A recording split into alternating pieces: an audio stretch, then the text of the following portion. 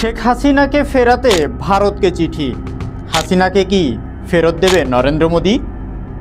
ছাত্র জনতার গণ অভ্যুত্থানে দেশ ত্যাগ করে ভারতে আশ্রয় নেওয়া সাবেক বাংলাদেশের প্রধানমন্ত্রী শেখ হাসিনাকে ফেরত চেয়ে দেশটিকে চিঠি দিয়েছে বাংলাদেশ।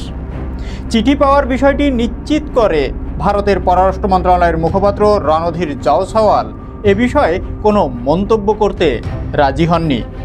সোমবার অর্থাৎ 23শে ডিসেম্বর ভারতের পররাষ্ট্র মন্ত্রণালয়ের নিয়মিত ব্রিফিংয়ে এক প্রশ্নের জবাবে চিঠি পাওয়ার বিষয়টি নিশ্চিত করেন তিনি। ভারতের সংবাদ মাধ্যম এনডিটিভি এর এক প্রতিবেদনে এই তথ্য জানা গিয়েছে।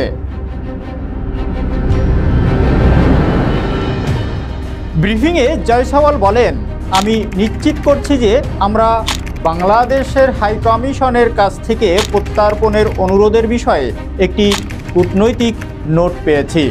তবে এই মুহূর্তে এ বিষয়ে আমাদের কোনো মন্তব্য নেই।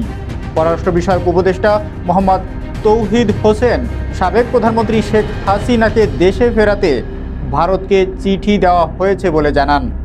তিনি বলেন, আমরা জানিয়েছি ভারতকে, তাকে যে বিচার প্রক্রিয়ার জন্য ফেরত চাওয়া হচ্ছে সেটা জানিয়েছি।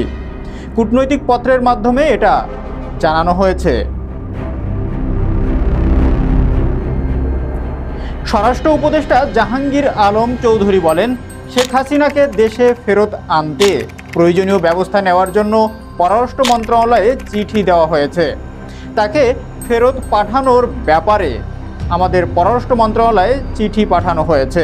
বিষয়টি প্রক্রিয়াধীন। ছাত্র জনতার অভ্যুত্থানের মুখে গত 5ই আগস্ট ভারতে আশ্রয় নেন আওয়ামী লীগের সভাপতি শেখ হাসিনা। এরপর থেকে তিনি সেখানেই আছেন। তার দলের জ্যেষ্ঠ নেতাদের কয়েকজন গ্রেপ্তার হলেও অধিকাংশ এখনও আত্মগোপনে রয়েছেন।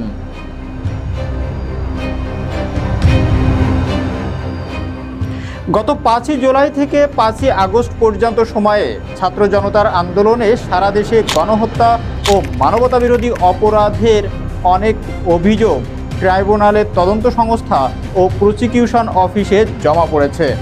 এর মধ্যে একটি মামলায় শেখ হাসিনা এর বিরুদ্ধে ও আরও এক মামলায় তার পরিবারের সদস্য ও আওয়ামী লীগ নেতাসহ 45 জনের বিরুদ্ধে গ্রেপ্তারি পরোয়ানা জারি করেছে আন্তর্জাতিক ট্রাইব্যুনাল।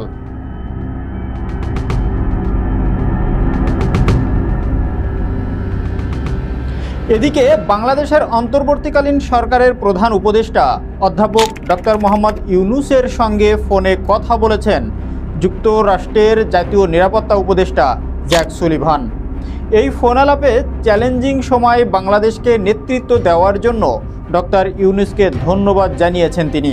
এছাড়া ফোন আলাপে উভয় নেতা ধর্ম বর্ণ নির্বিশেষে সব মানুষের অধিকার রক্ষার প্রতিশ্রুতি ব্যক্ত করেছেন। একই সঙ্গে বাংলাদেশ যেসব চ্যালেঞ্জের মুখোমুখি হয়েছে সেগুলো মোকাবেলায় যুক্তরাষ্ট্রের অব্যাহত সমর্থনের কথাও উল্লেখ করেছেন যুক্তরাষ্ট্রের এই জাতীয় নিরাপত্তা উপদেষ্টা। স্থানীয় সময় সোমবার অর্থাৎ 23শে ডিসেম্বর এই ফোন আলাপের বিষয়ে হোয়াইট হাউসের ওয়েবসাইটে প্রকাশিত এক বিবৃতিতে এই তথ্য জানানো হয়েছে।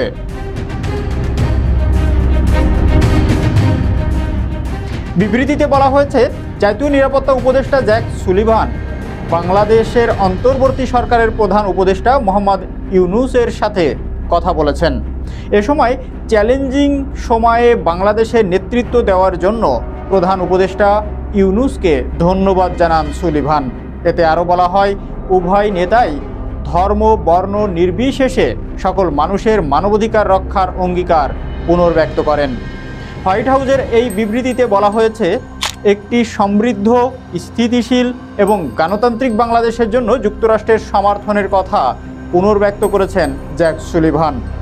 এছাড়া বাংলাদেশ যেসব চ্যালেঞ্জের সম্মুখীন হয়েছে সেগুলো মোকাবেলায় যুক্তরাষ্ট্রের অব্যাহত সমর্থনের কথাও উল্লেখ করেছেন তিনি।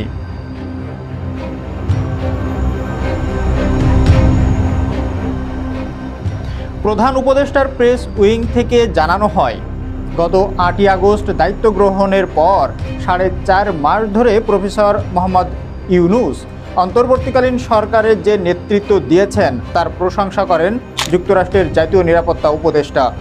প্রফেসর ইউনূস দেশের প্রান্তিক পর্যায় পর্যন্ত ছড়িয়ে থাকা সংকট কাটিয়ে উঠতে বাংলাদেশকে উদার সহায়তার জন্য যুক্তরাষ্ট্রকে ধন্যবাদ জানান। তিনি সেপ্টেম্বরে নিউ ইয়র্কের সফরের সময় মার্কিন প্রেসিডেন্ট জো বাইডেন এবং মার্কিন পররাষ্ট্রমন্ত্রী অ্যান্টনি ব্লিংকেনের সঙ্গে তার বৈঠকের কথাও স্মরণ করেন। প্রফেসর ইউনূস জানান, তিনি আগামী জানুয়ারির মধ্যে 6টি বড় সংস্কার কমিশনের রিপোর্ট হাতে পাওয়ার বিষয়ে আশা করছেন। এরপর সংস্কার ও নির্বাচনের জন্য জাতিকে প্রস্তুত করতে জাতীয় ঐক্যমত্য গঠন প্রক্রিয়া শুরু হবে বলে উল্লেখ করেন।